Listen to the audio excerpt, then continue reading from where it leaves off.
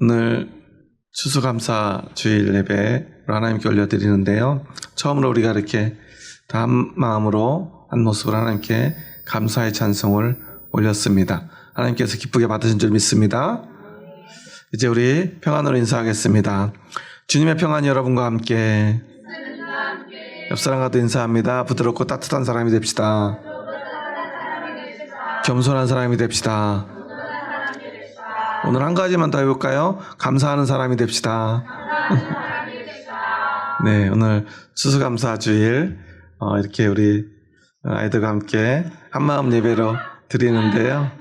오늘은 감사주일이기도 하고 한마음 예배로 드려서 오늘은 이 감사의 의미를 깊이 생각해보고 우리는 언제 감사해야 되는가, 어떤 감사를 드려야 되는가에 대해 생각해 보려 합니다. 우리 친구들이 오래 집중을 못할 것 같으니까 오늘은 진짜 빨리 끝내야 될 것 같습니다. 우리 잔치도 해야 되고요. 여러분, 오늘은 하다사의 이야기를 하려고 그래요. 하다사가 누구죠? 잘 모르죠. 에스테르는 아시나요? 우리는 오늘 에스더의 말씀을 읽었는데 원래 에스더라는 이름은 본명이 아니에요. 원래 에스더의 본명은 하다사입니다.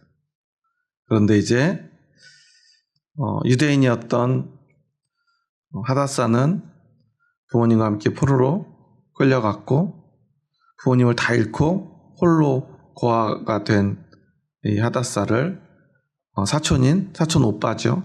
모르드게가 돌봐줍니다. 그리고 그에게 페르시아어로 별이라는 뜻을 가진 에스테르라는 이름을 지어주고 그게 바로 오늘 성경의 이름인 에스더가 됩니다. 그리고 모르드게는요, 어렸을 때부터 에스더를 철저하게 훈련을 시켜요.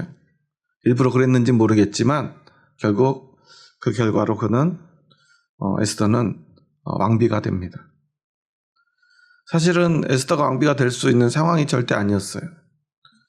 원래 이 바사라고 불리는 오늘 에스더에 등장하는 그 왕의 이름은 아하수에로인데 지금 당시는 아시리아, 바벨론을 지나 이제 페르시아가 이제 제국을 형성한 상황입니다.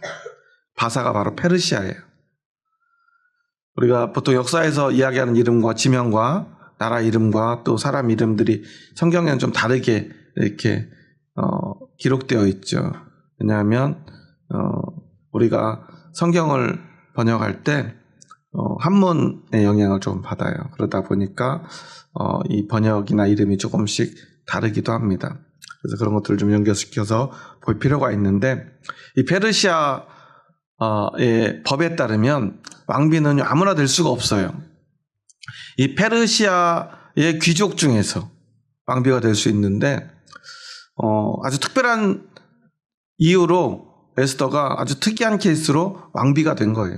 원래는 와스티라고 하는 아주 아름다운 그 귀족 가문에 왕비가 있었는데요. 어떤 일인지 왕이 잔치를 베풀고요. 아마 이 잔치가 얼마나 큰 잔치였는지 이게 특별히 역사에까지 기록이 되어 있다고 그래요. 큰 잔치를 베풀고요. 그 잔치의 정점에 이 왕이요, 자신의 왕비의 아름다움을 사람들에게 보여주고 싶어가지고 왕비를 불러요. 그런데 무슨 일인지 왕비가 저 가기 싫은데요가 안 와요. 말이 안 되죠. 이거 왕이 막 화가 잔뜩 나는데 이 아하수에로 왕은 아주 변덕스럽고 잔인하기로 유명한 왕인데요. 이상하게 결정적인 순간이면 스스로 결정하지 못하고요. 주변 신하들에게 물어봐요. 어떻게 할까? 이 왕비를 어떻게 하죠? 그러니까 신하들이 그래요. 가만둬서는 안 됩니다. 만약에 이걸 그냥 지나가면요, 모든 귀족들, 왕족들이 아마 똑같이 이렇게 남편이 말해도 말을 안 들을 거예요. 그러니까 이번에 확실하게 해야 됩니다. 그래서 왕비를 내쫓고요, 새 왕비를 뽑기로 해요. 전국 각지에 아름다운 처녀들을 막 찾아다니기 시작합니다. 그리고 그런 일을 맡은 사람들이 있었겠죠. 그때 에스더가 그 중에 뽑혀 들어와요. 근데 왕이요, 무슨 일인지 그 에스더의 모습에 한눈에 반해버려요. 그런데 그러기가 참 어려운 게 그 페르시아의 귀족들 좋은 거 먹고요, 좋은 환경에서 편안하게 산 사람과 고아로 가난하게 힘들게 산 사람 외모가 똑같을 수는 없죠. 한국 사람들도 아름다움을 이야기할 때 가장 먼저 뽑는 기준이 뭐죠? 피부가 하얘야 돼요? 까매야 돼요? 피부가 하얗고 뭔가 빛이 나고 그래야 되잖아요. 그 요즘 한국 사람들의 그 외모에 대한 그런 평가들이 그 유럽이나 미국에서 되게 특이하게 되고 있다고 그래요. 왜냐하면 어떤 사람들 그렇게 얘기한대요. 왜 저 한국 사람들은 동양 사람인데 동양 사람은 피부가 무슨 색이었죠? 서양 사람들이 볼 때 뭐라고 불러요? 옐로우. 노래야 되는데 그 색깔을 보는 그 기준으로 보면 한국 사람들은 서양 사람들보다 더 하얗대요. 특이하게. 그래가지고 이건 뭔가 서양 사람들이 볼 땐 기분이 나쁜가 봐요. 왜 우리 백인들을 따라하냐 이런 얘기를 한대요. 우리는 원래 하얀데. 굉장히 한국 사람들이 하얀 편이래요. 아시아에서 한국 사람보다 하얀 사람 없잖아요. 근데 심지어 우리는 백인들이 엄청 하얄 것 같은데 한국 사람들이 어떤 면에서 더 하얗대요. 심지어 화장술까지 또 얼마나 발전했습니까? 이렇게 우리는 뭔가 더 하얗고 빛이 난 외모를 아름답다라고 표현하죠. 그런데 여러분 생각해 보세요. 매일 가난해서 밭에 논에 가서 일하고요. 햇볕을 쬐는 사람은 그렇게 하얀 피부를 가질 수 없겠죠. 자기 피부를 가꿀 시간도 없었겠죠. 그는 부유한 사람이 아니었어요. 그런데도 그렇게 평범하게 살았던 에스더의 외모가 왕의 눈에 들었다는 것은 참 신기한 일이에요.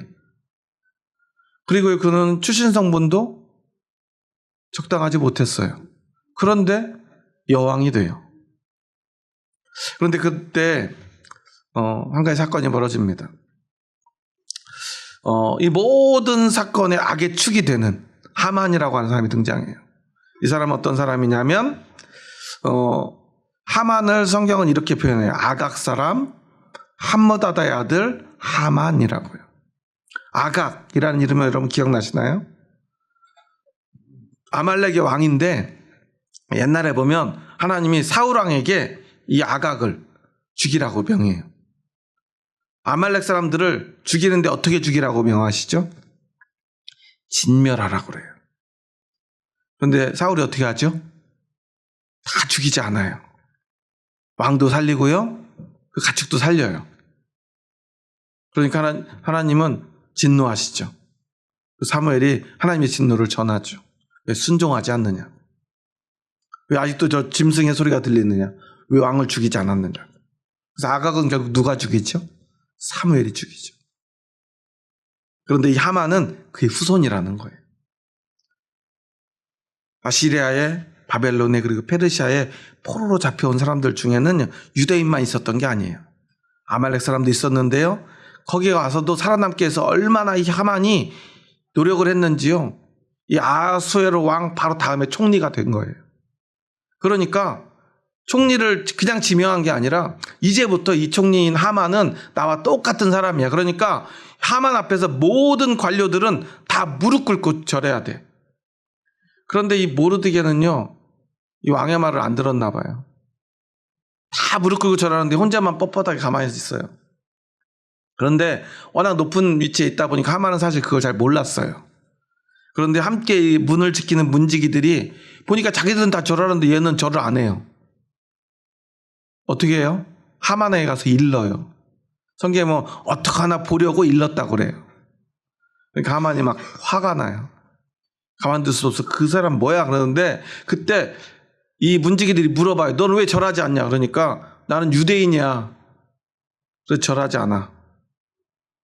왜 그렇게 말했는지는 사실 성경에 자세히 안 나와요.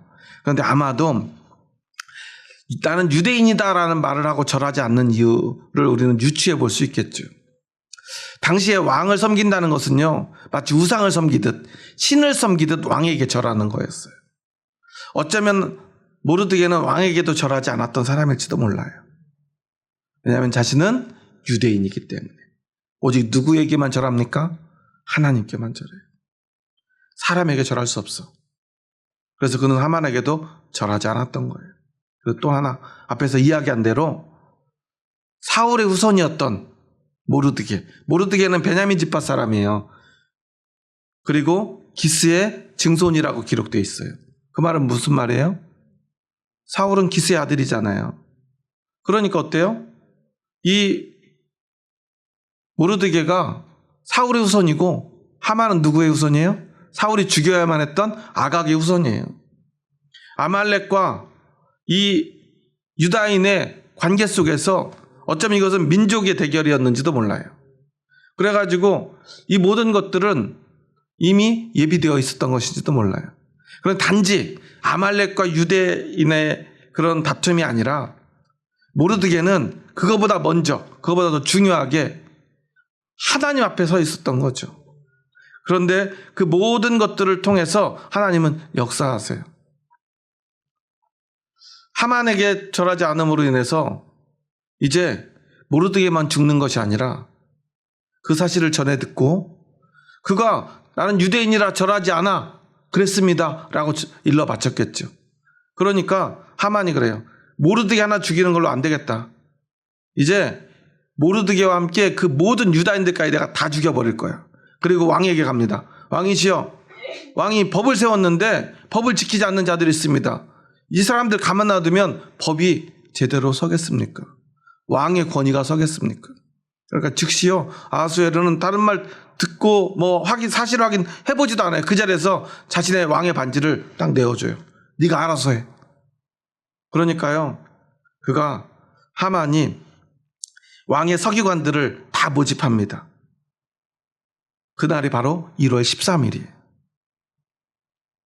그리고는 그곳에서 조서를 쓰게 해요. 그런데 그 조서 쓰기 전에 이 하만이 자신을 따르는 무리들에게 한 가지 제안을 해요. 너희가 지금 이곳에서 제비를 뽑아. 내가 이 모르드게가 속한 이 유대인들을 다 죽일 건데 언제 죽여야 되는지. 이 제비라는 말이 바로 이 푸르라고 하는 단어인데, 오늘 이 에스더의 전체 이야기의 핵심은 뭐냐면 그들이 절기로 지키는 부림절에 관한 이야기예요. 부림이라고 하는 것은 우리가 한자가 아니고 푸림이라고 하는 그 단어인데요. 제비를 뽑는다는 푸르의 복수형이에요. 제비를 뽑게 해서 12월 달이 나와요. 그러니까 12월 달에 그들을 다 죽이겠다라고 결정을 해요. 무리들이 제비를 뽑아서 12월을 뽑아주고 이제 하만은 12월에 이제 그들을 다 죽이겠다 결정하고 왕에게 가서 허락을 받은 다음에 도장을 가져와서 서기관들을 다 모아놓고 날짜를 정합니다. 12월 13일에 모르드게와 유대인들을 다 죽여버리겠다. 그리고 전국에 조서를 내려요. 왕의 도장이 찍힌 조서가 전국에 붙기 시작해요. 그러니까 어떻게 돼요? 모르드게는 이제 우리 다 죽겠구나. 어떻게 해야지? 그리고 그때 에스더에게 부탁을 합니다. 우리를 살려달라. 지금 우리 살 수 있는 사람은 너밖에 없어. 그런데 에스더는 말하죠.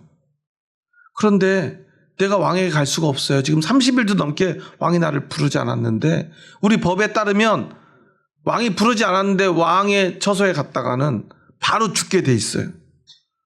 그건 살 수 있는 게 하나밖에 없어요. 왕의 그 손에 있는 금으로 만든 지팡이를 내밀면 그 끝을 잡으면 살려줘요.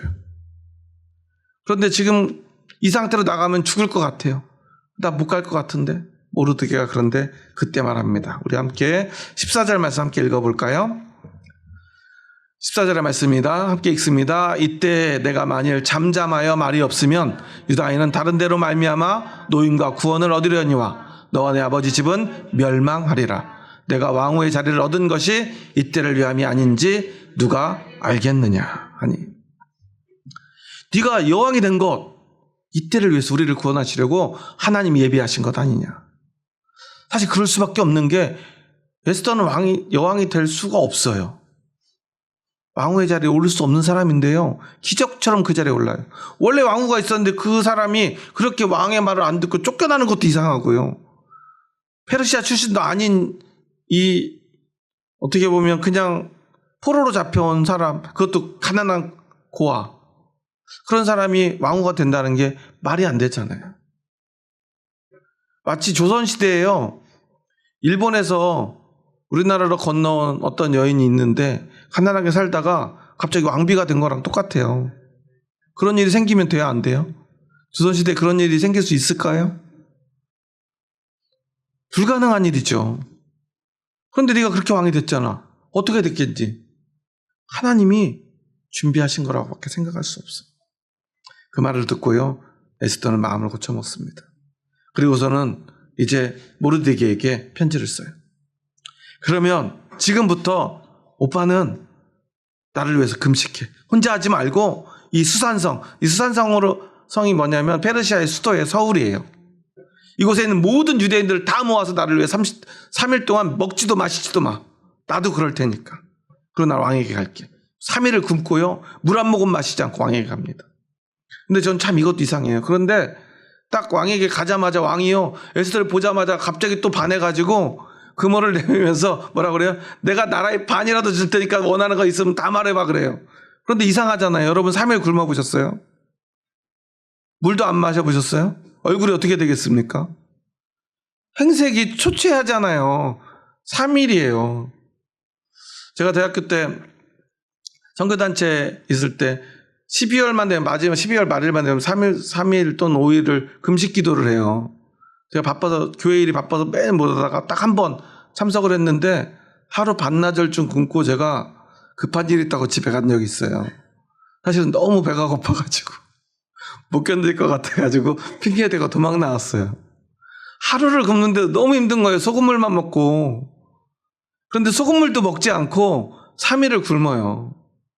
하루 이틀 막 시간마다 사람들 얼굴이 초췌해져 가는 게 보여요. 그런데 그런 모습으로 왕에게 나갔어요. 왕이 보기에 너무나 아름다워서요, 나라의 반이라도 주겠대요. 어떻게 그런 일이 벌어졌을까요? 하나님이 아수에로 왕의 눈을 이상하게 만든 게 아닐까 생각이 들어요. 그렇지 않고 어떻게 그러겠습니까? 그러니까 에스더가 말합니다.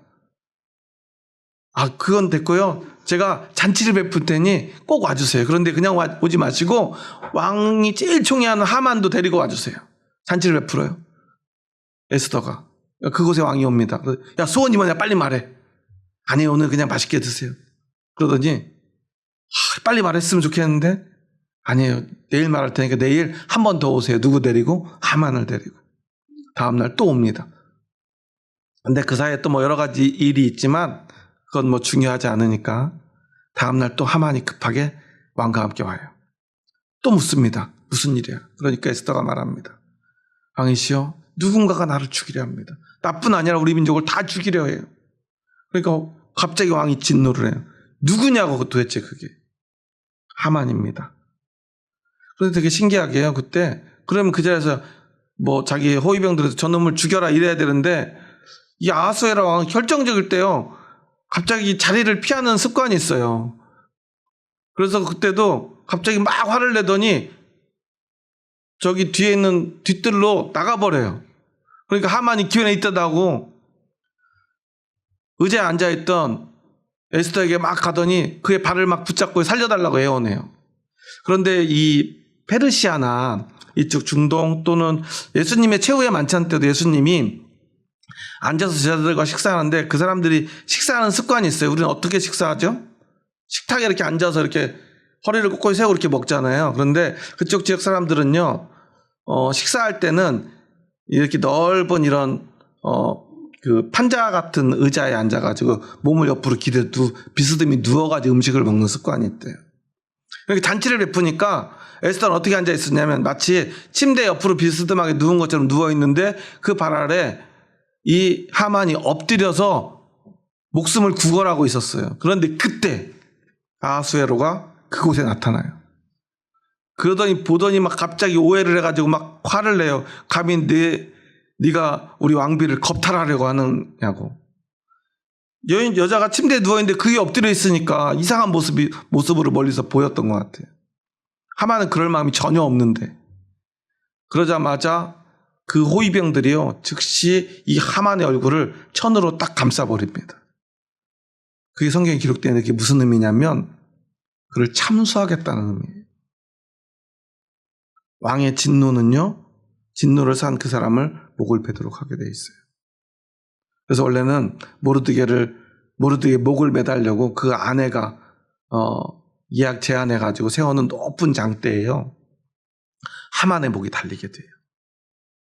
그때서 에스더는 자신의 이야기, 그리고 자신과 모르드게의 관계, 자신 유대인이라는 이야기도 다 왕에게 이야기를 합니다.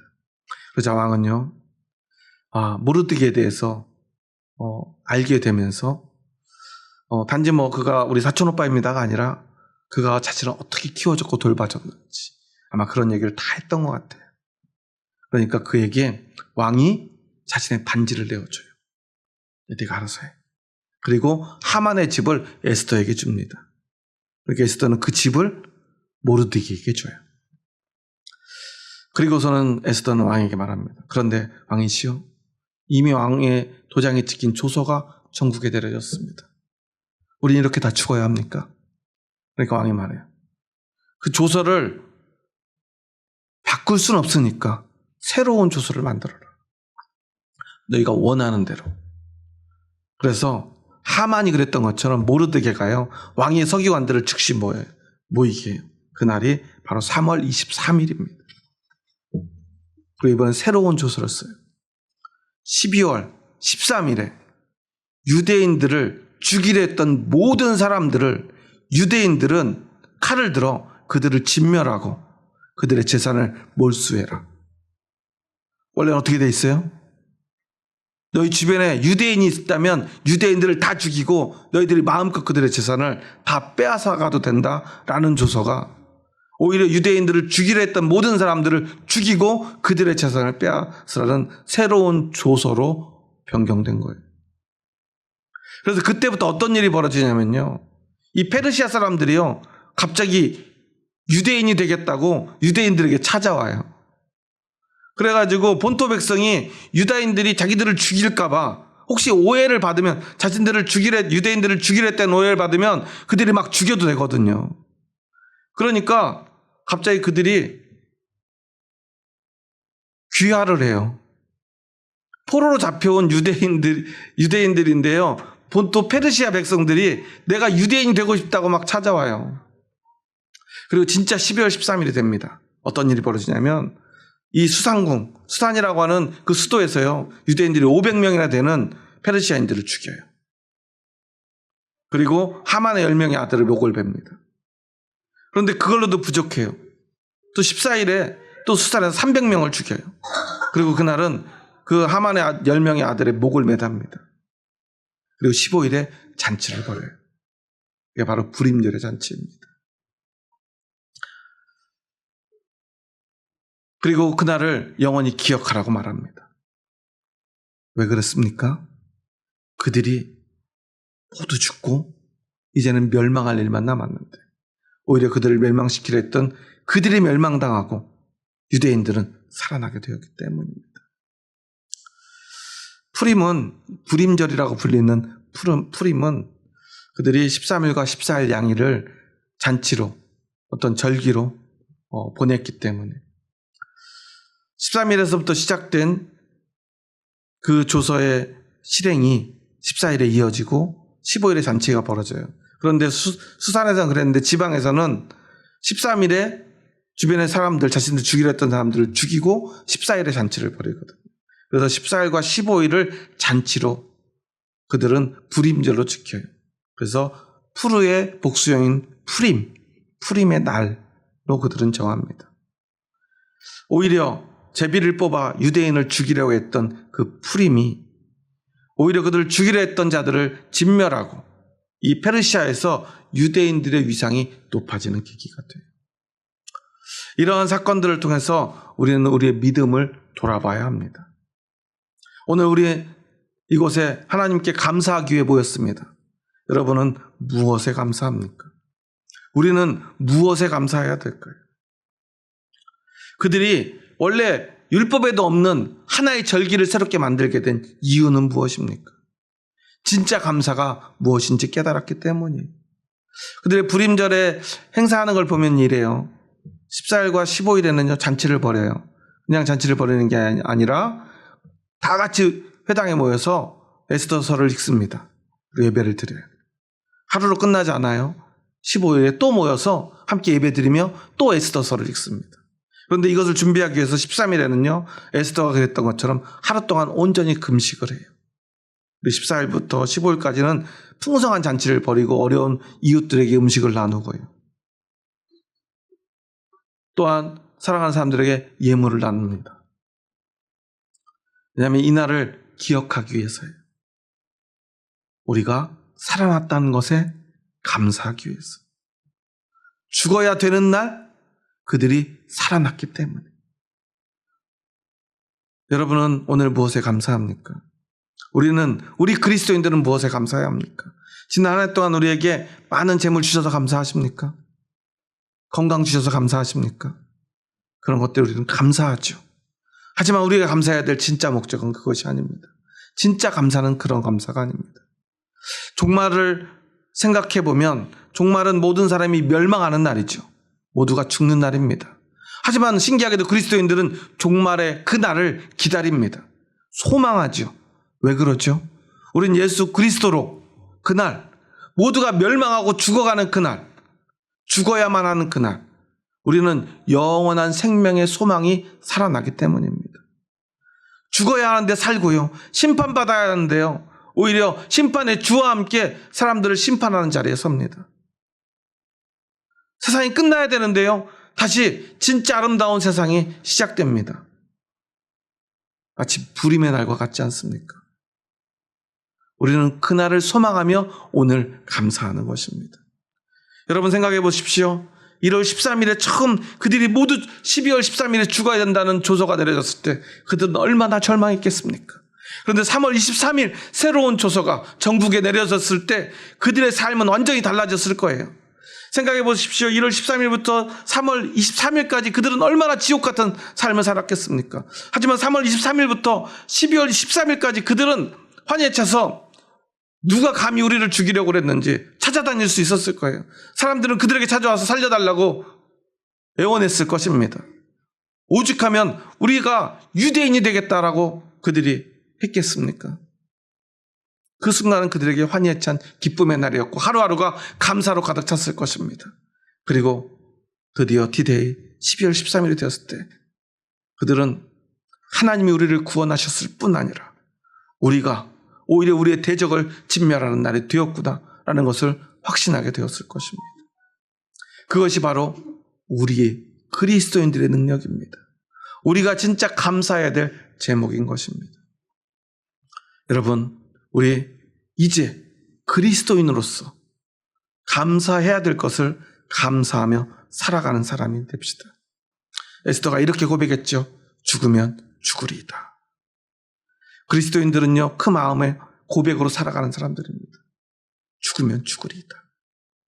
그러면 하나님이 우리를 살려주실 것입니다. 그런데 내가 세상에서 아둥바둥 살겠다 하는 그러한 불신앙은요, 결코 우리를 구하지 못할 것입니다. 그저 세상의 종으로, 죄의 종으로 살아갈 수밖에 없습니다. 하지만 세상 앞에 당당히 하나님을 의지하고 예수 그리스도의 이름으로 죽으면 죽으리이다 나아가면 하나님이 죽음의 날을 생명의 날로, 절망의 날을 기쁨의 날로 바꿔주시는 줄 믿습니다. 오직 그 믿음으로 오늘에 감사할 수 있는 저와 여러분 되기를 주님의 이름으로 축원합니다. 우리 감사절인데요. 마지막으로 한번 이렇게 인사하고 오늘 말씀을 마쳤으면 합니다. 한번 옆 사람 보면서 한번 이렇게 지난 한 해 우리를 지켜주신 하나님, 그리고 우리를 영원한 생명의 소망으로 인도하시는 하나님께 감사하는 마음으로 한번 이렇게 고백하며 인사합니다. 옆 사람과 인사합니다. 작은 성공에 감사하지 맙시다. 영원한 생명에 감사합시다. 영원한 생명의 날을 기다립시다. 네, 우리의 감사의 제목이 바뀌었으면 좋겠습니다. 감사의 조건이 달라졌으면 좋겠습니다. 우리는 작은 것이 아니라 영원한 것, 큰 것에 감사하는 하나님의 백성입니다. 그렇게 함께 그날을 향해 달려갈 형제 자매들과 함께 사랑으로 인사합니다. 주의 사랑으로 사랑합니다. 당신이 있어 너무 감사합니다. 네, 오늘 추수감사절인데요. 우리가 기쁨으로 오늘 하루 마음껏 감사하고 기뻐했으면 좋겠습니다. 기도하시겠습니다. 하나님 감사합니다. 저희 부족하고 연약한 자들 사랑하셔서 저희들을 주님의 뜻 가운데로 부르시고 주님 안에서 참 감사의 의미를 찾게 하여 주시니 감사합니다. 오늘 부림의 의미를 가슴에 새기고 에스더의 이야기를 통해서 나는 무엇에 감사하고 있는지 돌아보게 하여 주시니 감사합니다. 이제 내가 참 감사의 의미를 찾게 하시고 감사의 조건을 기억하게 하시고 세상의 작은 성공이 아니라 영원한 생명의 소망으로 기뻐하며 감사하는 저희들의 삶이 되게 하여 주시옵소서. 예수님의 이름으로 기도합니다. 아멘.